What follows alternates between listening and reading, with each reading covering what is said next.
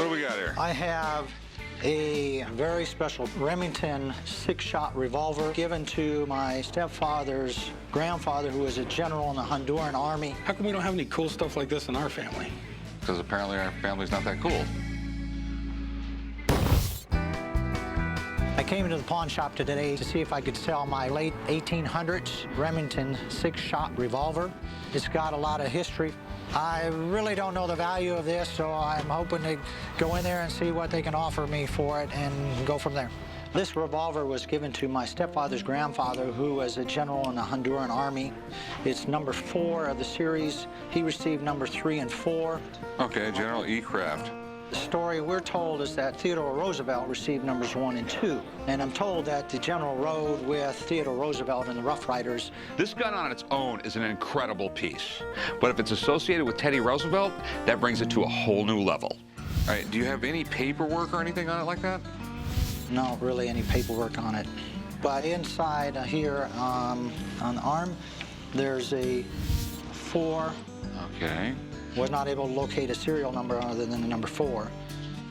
You have a gun with no serial numbers on it? That's correct. Almost every gun I've ever seen has a serial number on it, so I'm a little skeptical. But if his story rings true, it could make this gun one of a kind and maybe worth a fortune.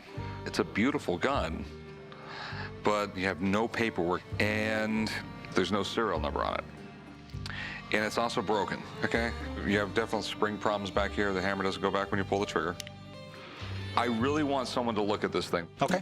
Let me get him down here. When he comes back, I'll give you a call. Okay. Very good. Thanks. Thank you. All right, thanks, man. If this gun is what this guy says it is, it's going to be an incredibly easy sell to any serious collector. You bet your ass I'm going to try and buy it. This is what I called you about. All right, so Rick, what are your concerns? Okay, no serial number, it's broken. And this gentleman right here says it's got a lot of history to it, but no provenance, no nothing like that. Okay.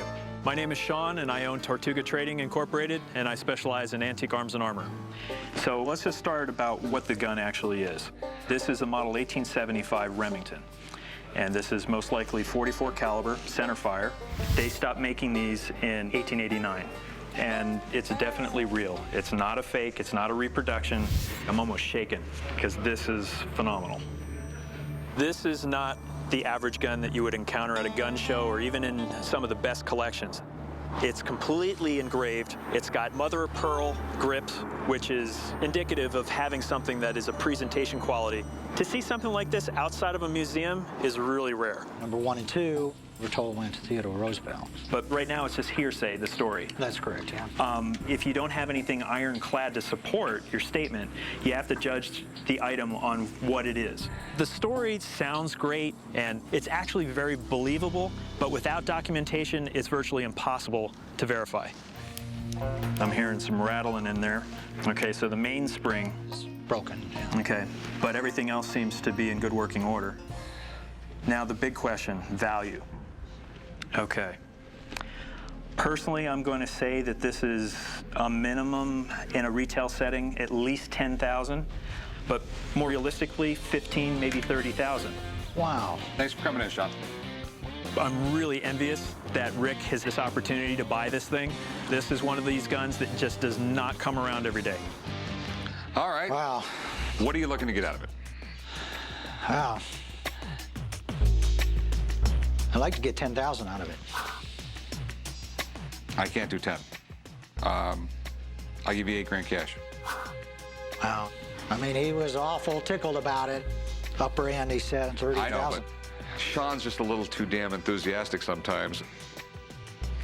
I'll do 9. Would you go 95? Yeah, 9,500, it's a deal. Okay. All right. You want to go write them up? Yep. I'm happy with the deal today. I can't believe this revolver was worth that much money. I really had no idea, but that's a lot more than I expected. So what do we got here? I believe they're antique buttons. It's got a date, 1789, and it's got the eagle. Looks like more like a turkey or a chicken.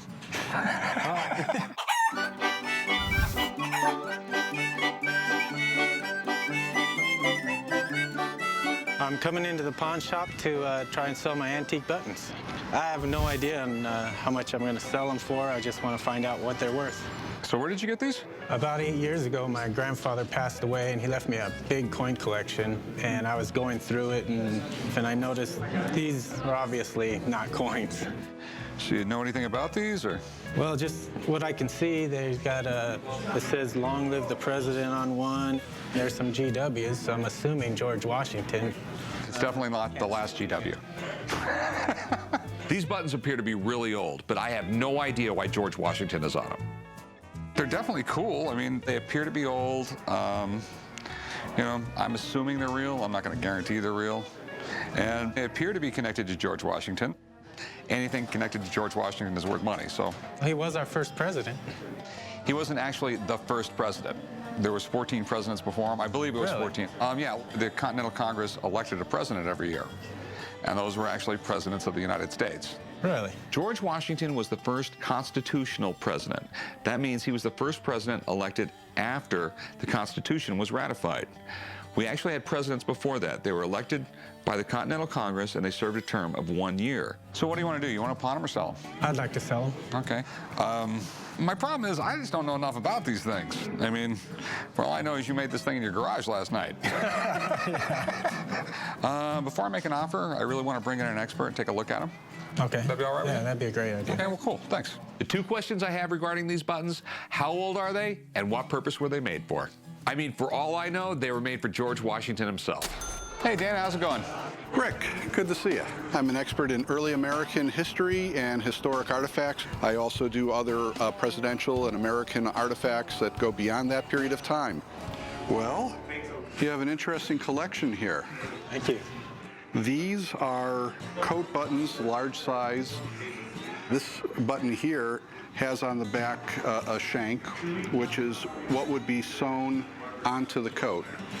And each one of these has a different motif, celebrating George Washington. At this period of time, he was the most trusted and beloved man in the entire country. And so these were highly prized. People kept them as, as one of the most cherished things that they owned. Some are more worn than others. This button right here, it says, "Long live the President," with a script GW at center for George Washington. It appears that this may have been buried and discovered. You could see there's a lot of greenish patina on here and a lot of rust. And this button right here, you have a colonial motif of the linked states. And finally, you have this really exceptional example. This button here, the legend about the peripheries reads March the 4th, 1789, and then memorable era. These buttons are wonderful pieces of early Americana. Really an amazing thing. They're all fairly rare, but this button here, March the 4th, 1789, was only made for this one event. Basically, this new memorable era, what this is referring to is the inauguration of George Washington. Wow. Yeah. He was summoned to New York by the Congress to become president. And at that point, in front of a big crowd, he stood on the steps of Federal Hall in New York, and he took the oath of office, the very first one, with the crowds cheering and chanting this very legend, long live the president, long live President Washington. They're all fairly rare, and I would doubt that there's more than 500 or so that exist today. I always love to have Americana in my store, but this is even bigger. To think that these might have been worn on that very day. This is where it all started. This is unbelievable. So how much do you think these things are worth? Well, the very worst quality is this one here. I would estimate that this is actually worth about $2,000 to $3,000, this particular piece. It's that rare and that collected. This would be the second most valuable. I would say that this is worth $3,000. And finally, you have this really exceptional example, and I would say that this piece is your most valuable one, and it could be worth anywhere in the vicinity of $6,000 to $8,000 or so. I couldn't believe 3 little buttons sitting in a coin collection could be so valuable. Thanks, Dana. Appreciate you coming in. This is the kind of stuff I love to have in my shop. It's historic, it's American history, and it's valuable. Well, how much are you going to give me for them? $3 grand. 3 grand? I know what he said they were worth, okay? But that was auction prices probably from a few years ago, and I got to sell them. And you know what? How many people in the world even know these things exist? You didn't even know what they were. How about 8 grand? How about 3 grand? You're not coming up at all? Okay, $3,010, $3,015. See, I just went up twice. Right now, here's what I'm thinking. This guy brought the buttons to me. He didn't bring me the coin collection where he said he found them, which means he has no idea where to take them. So that pretty much puts the ball in my court when it comes to this negotiation. See, the thing is, very, very limited market. 3,000, you want it? Deal? All right, deal. Let's go grab the paperwork. I couldn't be happier. At worst, I'm going to double my money on these things. I can't imagine Corey having a better month than I had. Hey, how can I help you? Hi, I was wondering if you wanted to take a look at my Abraham Lincoln etching here. That's not an etching, that's a print. Okay, my Abraham Lincoln print. Okay. I thought Abe was bald, Why would you think that Abe Lincoln was bald? because he always wears that top hat. It's a stovepipe hat, and he wasn't Oh, bald. excuse me. Okay. Coming to the pawn shop today to see if I can sell my Abraham Lincoln print. The reason I want to sell it today is I've had it for so long and not really done anything with it. I don't really know how much it's worth, but with it being Abraham Lincoln, there's a chance that it could be worth a lot of money, and that would be pretty exciting. So you have a print here Yes. of Abraham Lincoln that's Yep. autographed at the bottom, A. Lincoln. We have oxidation around the edges of the paper here, so you can tell that it's pretty old. Lincoln died in 1865. Right. People have been putting up pictures of Lincoln for over 100 years. Everyone points to him as an example of what a president should be. I mean, the guy helped end slavery and guided us through a civil war. He's earned a place of respect in history. You got something really interesting here. In 1865, they still used lamp black, iron filings. It was a weird combination for ink, okay? After 60, 70, 80 years, those iron filings began to rust. Okay. That's why when you look at old documents and things like that, all the letters are no longer black, they're orange. Okay, that's interesting. First hint on anything this age is why do we have black ink then? Right, right. All right? You ever hear of Joseph Kazi? No. He could forge just about anything. Joseph Kazi was one of the most famous forgers in American history. Kazi faked everyone from Benjamin Franklin to George Washington and sold them to big-time collectors. He even forged a copy of the Declaration of Independence. This is something that was done, I believe, 1920s, 1930s. Oh, really? Yeah, he did a great Abraham Lincoln signature, okay? I mean, it was identical, except for some reason, he always lined up the A with the Lincoln. Abraham Lincoln's A was always below the L. This is lined up perfectly. Okay. So if you ever see the A lined up with the Lincoln, it's Joseph Kazi. So, I mean, it worth anything? Believe it or not, the forgeries by Kazi are worth a little bit of money Really? because it was by a famous forger. But what you have here is a copy of a forgery. And I know that because one of my guys actually bought one of these a few years ago, and I had it checked out. So is it worth anything at all? Nope. I mean, because you don't even have the forgery. Right. This is a copy of the copy? It's a copy of a forgery. It's not even the real forgery. All right. Thanks for bringing Thank it in, you. man. Appreciate it. Unfortunately, he wasn't able to make me an offer, but I think it's going to be a really interesting conversation piece from this point on. Hey, how's it going? Good. What was that here? I have a clock here that my grandfather got from Richard Nixon. It's pretty cool. Does it run? I have no idea. We're talking about Tricky Dick Nixon here, so you never know. I decided to come to the pawn shop today to try to sell my clock that my grandfather got from Richard Nixon. The reason I want to sell this clock is because I don't really use it or need it, and I'm not a big fan of Richard Nixon. Well, it's a Boulevard Accutron Space View movement. It was the most accurate watch you could get that was electric before they had quartz movements. This actually had tuning forks inside of it. Oh, Accutron. See the tuning fork? Yeah. And who was your grandfather? Foreign Minister of Israel. I have a picture when actually Richard Nixon gave him that clock. He was Foreign Minister of Israel? What was his name? He got along. I mean, it was pretty expensive. You had to be pretty important to get one of these. I'm definitely interested in it, but I don't want to make you an offer until I go put a battery in it and make sure it works, okay? Okay. Since the days of the Romans, heads of states have been exchanging gifts as symbols of diplomacy.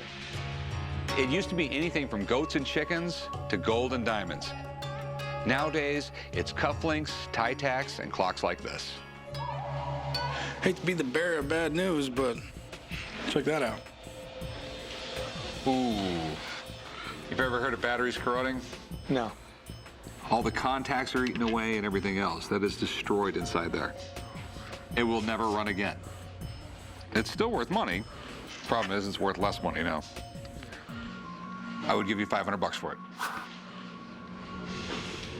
Okay, I would give you $1,000 if it was working correctly. I'll take 1,200. You had a semi-famous grandfather, but he wasn't super famous, and it's broken. I'll go 7.25. A little bit more, 800. Okay, 750. Okay. All right, it's a deal. You want to write them up, Corey? Sure. I got 750 for it. Not the what I wanted, but it's okay. How you doing? Hi. Hey, can I help you? Yeah, I'd like to sell a picture of Mary and Abraham Lincoln from, I believe, 1863. I thought Abe only took photos by himself. What are you talking about? Oh, he's right about that. Are you jealous? Okay. All right, we're running a business here. I'm here to sell my 1863 photo of Mary and Abraham Lincoln. I'm a collector of 19th century photos, and this was part of a collection of 11 photographs that were unidentified. And it substantiated the importance of the collection because it had Mary and Abraham Lincoln together. This is really intriguing. It's an ambrotype. You know what that means? I just know that in ambrotypes, it took like 30 minutes to develop, and they had to like be fixed straight with like some... No, it was the way photographs were done. The film wasn't as good as it is today, obviously, like that. So it took a long time to expose it. And so they would have hooks on the wall that would go around like that, and you had to push your head into them for at least 5 seconds. It took forever to take a photograph back then. It was really, really expensive. Yeah, Mary was quite the shopper. I could relate to her. You know, her and Abe almost didn't even get married because she shopped too much. No. They were going to get married in 1840 when he was in the state legislature in Illinois. But Abe was like, no, you be spending too much, girl. I don't know where you get your history from. Abe did not have a lot of money, was just starting his legal career, so they postponed the marriage until his law firm took off, which it did, so they were able to get married. All right, so where'd you get this? I bought it from a collector who sold me a collection of 11 photographs that were unidentified, and I painstakingly was able to identify every single one of them and did recognize it to be Abraham and Mary together. And no documentation, anything like that? Nothing at all. Okay. So, how much do you want for this? I feel it's one in a million, so I'm asking $1 million. Whoa. $1 million? $1 million. Okay. So, I can call someone and take a look at it. I have kind of a renowned expert on photo identification. So, give me a few minutes. I'll go give her a call. Okay? Okay. I don't know of another photo of Abraham and Mary Todd Lincoln together. So if it is real, it's probably the only one in existence. So it's something that I just have to look into. Maureen, how's it going? Good. So here we go. Gorgeous. It's supposed to be Abraham Lincoln and Mary Todd Lincoln. Yeah. I have my doubts. Okay. Do you mind if I take a look at it? Absolutely. This is a really beautiful photograph. It's an ambrotype, as you know. And ambrotype, they enhanced the cheeks and the lips to make them look more lifelike. So Abraham Lincoln was a very distinctive-looking individual. and had a particular style of beard. You have to look at everything in the photograph, from what they're wearing to what type of picture it is, to then what's happening with the face. The issue with this guy being Abraham Lincoln, you can see that his nose is a little bit different, his eyes are a little bit different. And Mary Todd's face is a little wider. But there are some things about Abraham's face. He had a nose that was crooked, and he definitely has one in this photo as well. I have to admit, I know why you think this is Abraham Lincoln, because he has that sort of gaunt shape to his head. But there's another thing we can look at, and that is facial comparison software. Okay. So it actually lays one face on top of the other. They have to be the same size. It resizes them. What's that? It resizes the heads so Because that I use a caliper, and Right. I check the eyes, and they're a match. Okay. But you can see that this woman has sort of a different eyebrows. I don't want to be difficult here, but I feel I'm an expert. I look for other things besides just face. I look at the clothes, I look at the background, I check. Yes, so do I. I look at everything. Okay. It's not a problem. It's your career. You have a right to discredit yourself. But you know what? But I've been doing this for a really long time. Okay. And a lot of people come to me saying that they have... They'll be coming to me in 10 years. I'm honest to God. I know, you think this is worth $1 million, and No, you would like it to be worth $1 million. And all I'm saying is, it's my opinion that it's not Abraham Lincoln. Someone's making a mistake. So your opinion is it's not real? It's not. Thanks for coming in. You're the best. Thank you. Okay, so you heard Marine. Okay, so, all right, I appreciate it. Like I said, we can agree to disagree. Yeah, thank you very much. I All right. appreciate it. Have a Thank good you. one. Take care. Yeah, no, it didn't sell today. That's not a big deal. It will stay in the collection. In this case, I never got past first base, and it's just the way that it happened. I'm down in Florida helping out my friend Lisa, and her pawn shop basically needs a pick-me-up. So I made a few calls, and I think I have found the perfect item to help get more people to her shop. Hey, how's it going? Hey, how you doing? Hi, nice to meet you. So this is the Chad machine. This is the Votomatic punch card machine from the 2000 presidential election. You know where the word politics comes from? No, tell me. It's from the Greek poly, meaning many, and tix, meaning blood-sucking.